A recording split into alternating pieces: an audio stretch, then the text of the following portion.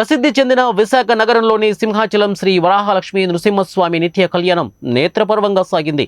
అర్జిత సేవల్లో భాగంగా ఉత్సవమూర్తి గోవిందరాజస్వామిని ఉభయ దేవేరులతో మండపంలో అధిష్ఠింపజేశారు. పాల్గొన్న భక్తులు గోత్రనామాలతో సంకల్పం చెప్పి పాంచరాత్రాగమ శాస్త్రం విధానంలో విశ్వక్సేనారాధన పుణ్యహావచనాలతో కార్యక్రమానికి శ్రీకారం చుట్టారు. కంకణధారణ, నూతన యజ్ఞోపవేత సమర్పణ, జీలకర్ర బెల్లం మంగళాధ్యారణ, ఇక తలంబ్రాల ప్రక్రియలను గమనీయంగా జరిపించారు. మంత్రపుష్పం, మంగళ శాసనాల తర్వాత భక్తులకు వేద ఆశీర్వచనాలు, శేషవస్త్రాలు, స్వామివారి తీర్థ ప్రసాదాలను అందజేశారు.